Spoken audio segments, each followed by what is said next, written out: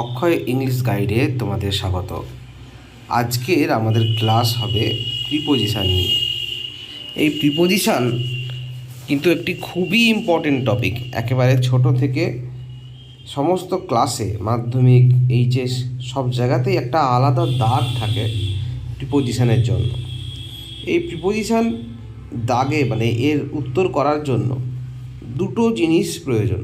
এক হচ্ছে প্রিপোজিশান সম্বন্ধে বেসিক জ্ঞান, যে প্রিপোজিশনের বেসিক নলেজটা আমি এখন করব, আমি ক্লাসের মাধ্যমে বলবো। আর একটা জিনিস, সেটা হচ্ছে অ্যাপ্রোপ্রিয়েট প্রিপোজিশন। সেটা কি, যে কোনো গ্রামার বই একটা লিস্ট পাবে, বা আমিও পরবর্তী অন্য কোনো ক্লাসে করাতে পারি। কোনো নির্দিষ্ট শব্দের পর নির্দিষ্ট প্রিপোজিশনই ব্যবহার হয়, সেটা নিয়ে তোমাদেরকে পড়তে হবে। তাহলে অ্যাপ্রোপ্রিয়েট প্রিপোজিশনের লিস্ট আর এই প্রিপোজিশন সম্বন্ধে বেসিক ধারণা থাকলেই প্রিপোজিশনের যে দাগের যে ফিল ইন দ্য ব্ল্যাঙ্কস খুব সহজেই করা যাবে। তো প্রিপোজিশন কি না, প্রিপোজিশন হলো আগে, পজিশন অবস্থান করে, বসে। নাউনের আগে বসে তার অবস্থান নির্ণয় করে হচ্ছে প্রিপোজিশন। এটা একটা পার্টস অফ স্পিচের অংশ। আমরা আমাদের বোঝার সুবিধার জন্য কতগুলো ছবির মাধ্যমে প্রিপোজিশনকে বুঝিয়েছি। প্রিপোজিশনের সহজ করে বোঝার জন্য আমি কতগুলো ছবির মাধ্যমে প্রিপোজিশনকে বোঝাচ্ছি। এই যে ছবিটায় দেখো, সবার প্রথমে যেখানে অন লেখা আছে, এখানে এই অন অর্থাৎ ছোট জিনিসটা বড় জিনিসের সাথে একেবারে টাচ করে আছে। অর্থাৎ যে বক্সের উপরে এই বলটি আছে সেটা টাচ করে আছে, একদম এইখানে টাচ আছে। সেই কারণে কিন্তু এটা প্রিপোজিশন অন বসবে, অর্থাৎ the cat is on the table. কিন্তু মনে করো ওভারের ক্ষেত্রে কেমন হবে? ওই বলটা বক্সের উপর দিয়ে উড়ে চলে গেল, অর্থাৎ টাচ করলো না, উপর দিয়ে গেল। যেমন আমরা যদি বলি the cat jumped over the wall, ওয়ালের উপর দিয়ে কিন্তু সেটা লাফিয়ে চলে গেল। এক্ষেত্রে আমরা এই যে যাওয়াটা, এখানে কিন্তু আমরা দেখতে পাচ্ছি টাচ করছে না, সেই জন্য হলো ওভার। এরপর আমরা অ্যাবাভ অনেকটা ডিস্টেন্স, লং ডিস্টেন্স বোঝাচ্ছি, সেই কারণে এটাকে আমরা অ্যাবাভ বলবো।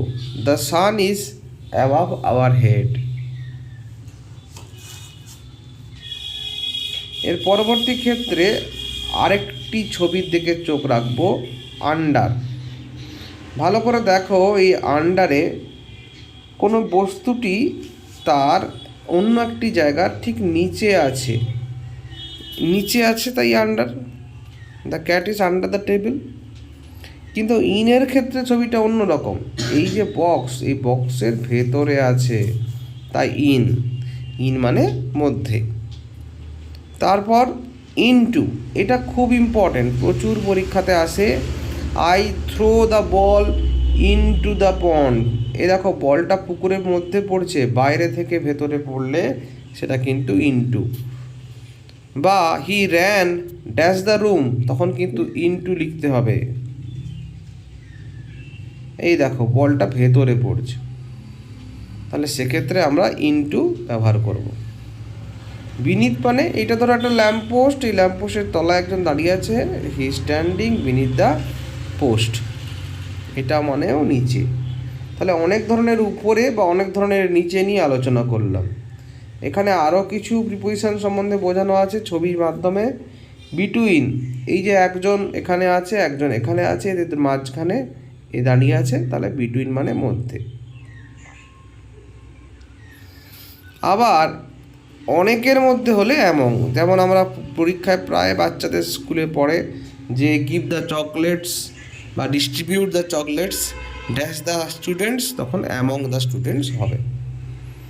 এরপর বিহাইন্ড, একটা বড় দেওয়াল, এটা বড় দেওয়াল, তার আড়ালে একটা ছোট দেওয়াল, ছোট একজন কিছু আছে, কোনো একটা জিনিস আছে, তাহলে ছোট একটা মনে করো বাড়ি আছে, his house is behind the palace, বড় প্যালেসের ঠিক ব্যাকগ্রাউন্ডে, পেছনে, আড়ালে। বিসাইড পাশে, দেখে বুঝতে পারছো, পাশাপাশি। He is sitting beside his friend, একজন এখানে আছে, তার পাশে আরেকজন আছে।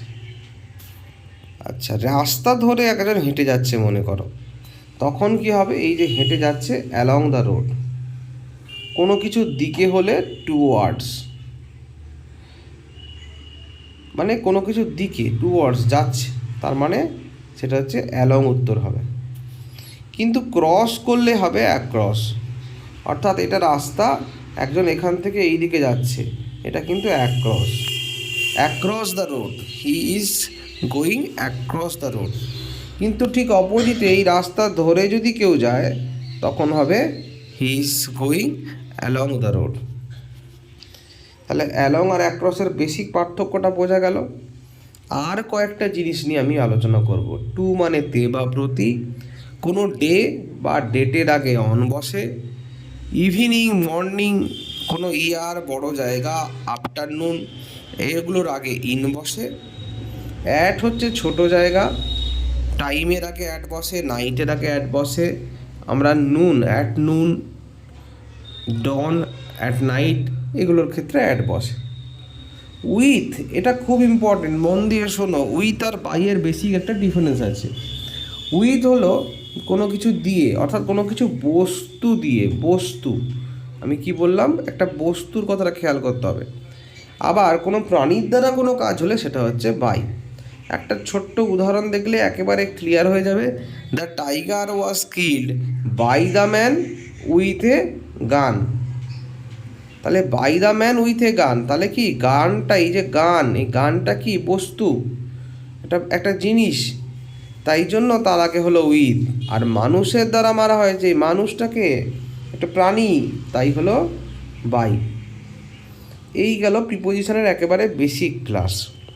এখানে প্রিপোজিশনের ব্যবহার, কোন জায়গায় অবস্থান করলে কি মানে হয় সেটা জানা হলো। পরবর্তী অ্যাডভান্স ক্লাসে অ্যাপ্রোপ্রিয়েট প্রিপোজিশন এবং আরও কিছু প্রিপোজিশন নিয়ে আলোচনা হবে। সবাই পাশে থাকো, চ্যানেলটি লাইক, শেয়ার এবং সাবস্ক্রাইব করতে ভুলবে না।